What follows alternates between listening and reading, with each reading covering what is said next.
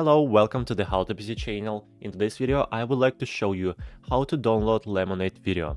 So let's get started. All you need to do is just open up Lemon8 and now find the necessary video in this application. Just go to the home page and select the necessary video. For example, this one. Just click on it. Okay.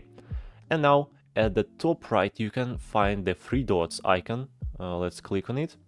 And in this list, you can find the download video button. So just click on it. Okay, allow it to Lemon8 and just wait. Okay, the video is downloaded, but how to find this video? Go to your desktop. Now just open up your Explorer or file manager. Now you need to scroll down. Okay, and now you need to find this video right here. In my case, this video is in the video folder right here. And now I can easily send it to someone, for example.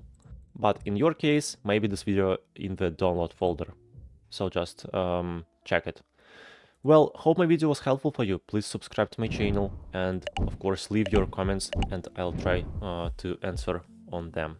Thank you so much for watching. Goodbye.